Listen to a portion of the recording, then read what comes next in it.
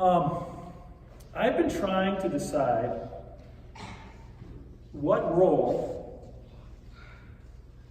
social media plays in my life. I'm conflicted.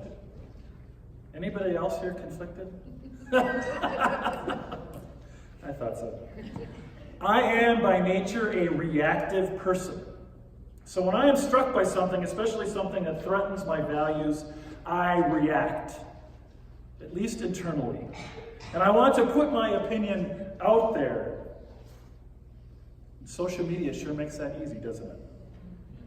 I've been learning to reel myself back in, especially on Facebook, and to refrain from posting political commentary. Not because I'm concerned about people knowing where I stand on issues, but because I have found that those who might disagree with me are not interested in my arguments. At least the ones that I write down for all the world to see. This may be because the ones I hope to reach with my well-crafted opinions, of course they're well-crafted opinions, these folks have already tuned me out, just as I myself have tuned out some of them. Social media has both exposed the difficulty we have in relating to one another. It's always been hard to talk about some of our values with those we care about, especially when they hold different or contrary values. And social media has also exacerbated, magnified our differences in new ways and driven us further into our tribal camps. Well, today's readings speak into the brokenness that is all around us. In Genesis, Joseph has an encounter with his brothers down in Egypt. It's always hard to hear just part of the story, so let me fill in some of it.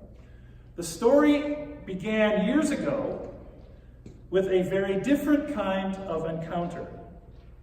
Joseph was the favorite son of Jacob, the firstborn son of Rachel, the wife who Jacob loved the most. That's why he was the favorite son of Jacob.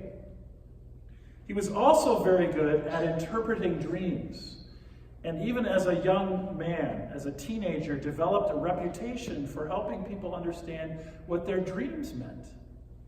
Well, one time he told his brothers about a dream in which the sun and the moon were bowing down before him. He had a creative, wonderful imagination, but they became terribly resentful of him. And this was also triggered by the gift of a very fancy, colorful coat that Joseph received from his father.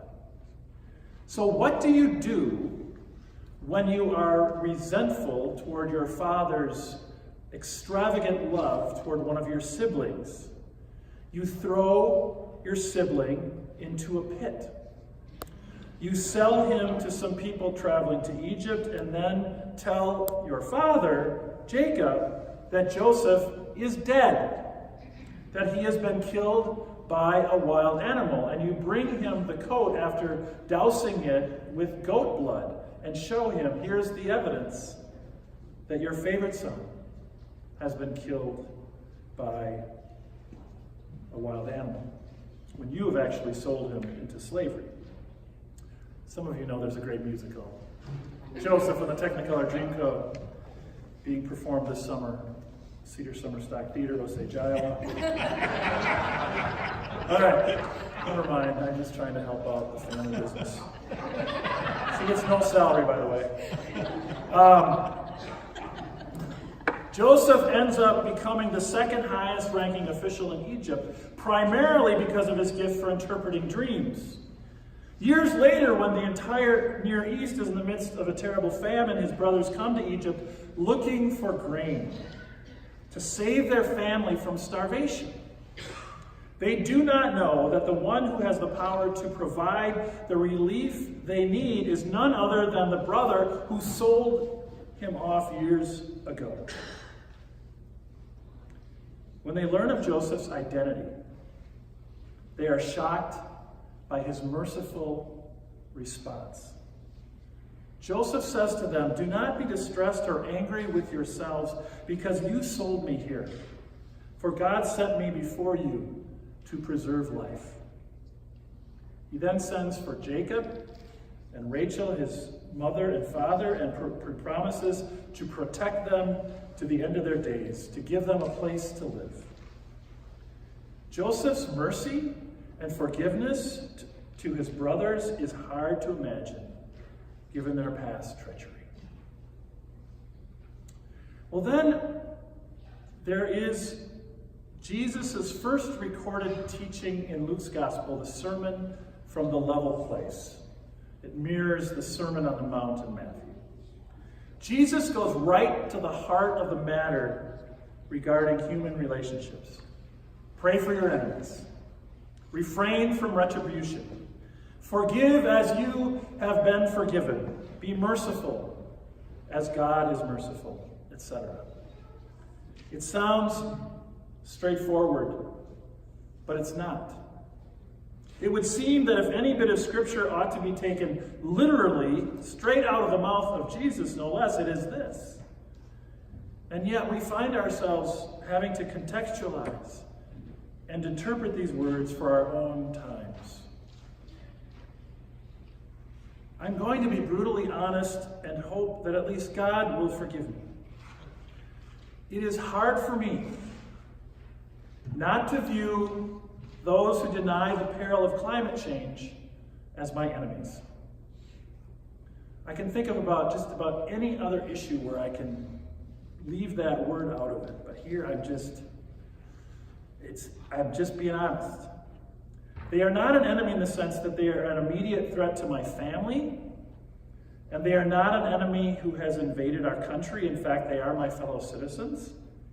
And I'm not talking about those who naively don't understand the issue, but rather those who willingly reject the science of climate change when they wouldn't reject the science of, say, taking antibiotics for strep throat. I don't think I could go to a pharmacist who denied the existence of climate change. Just saying. I will pray for them, as Jesus says, and I won't physically harm them, and I probably won't even lash out at them. In fact, I wouldn't consider them enemies at all if they weren't effectively standing in the way of measures to resist and reduce climate change.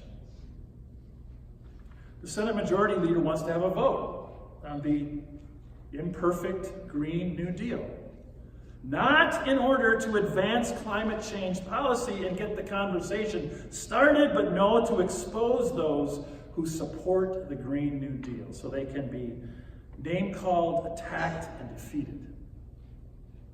So yes, these words of Jesus speak into my brokenness and I think our brokenness as well.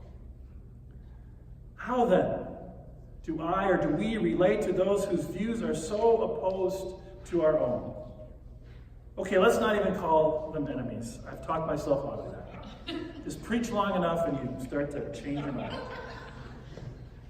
It's one thing to have a disagreement over the best way to give everyone affordable health care, but how do we have a disagreement over something as profound as the rejection of scientific consensus? We can participate in the political process, okay, and we must. But how do we interact with those in our own lives who hold such contrary views to our own? And I know all of us who are here today have those people in our lives, wherever we stand on the political spectrum. And just in case you're wondering, when I raise that question, I do not have the answer. There's an interesting contrast between the Joseph story from Genesis and Jesus' teaching in Luke. The words of Jesus are for the heat of the moment. It's like they're things you can draw upon when you're in the midst of something in the moment. In the moment when you are slapped, offer up the other side of your face. By the way, this is an interesting one. This act is actually more subversive than simply allowing yourself to be the victim a second time. Jesus is not calling on people to be victims. Assuming that the perpetrator used the back of his right hand, which was also a sign of superiority, like a master hitting a slave. And remember, that is the first century. Turning the other cheek would require him to hit you with a fist, which would make you an equal, or to hit you with the back of his left hand, which would have been a sacrilege. The left hand was only used for cleaning oneself. Either way, turning your cheek is nonviolent on your part, but an act of shaming the bully as well. But not so clear-cut in our world. But maybe there is a nonviolent equivalent to it. Giving up your coat or shirt, even showing mercy to those who are unmerciful, are also acts in the moment that we are called to as we seek to treat our neighbors as we would be treated. It may be easier to imagine and work toward a day when we can be reconciled to those with whom we have great disagreement. We can treat those with whom we disagree at the very core of our being, those with whom we have such incredible disagreement. We can treat them with a level of respect and kindness, even when it's not returned. I'm saying this as one who's trying to work this out myself. I'm not saying this as a teacher who has the answer again. And perhaps we can do this while we are dedicating our lives to the very changes our foes resist. We can pray for those with whom we have great differences, even if we expect that our coming together in a new relationship, a reconciled community, will be years away. Both the challenge and the promise for us in these readings is to recognize how hard it is, but at the same time, practice the gift of reconciliation that ultimately comes from God. Amen.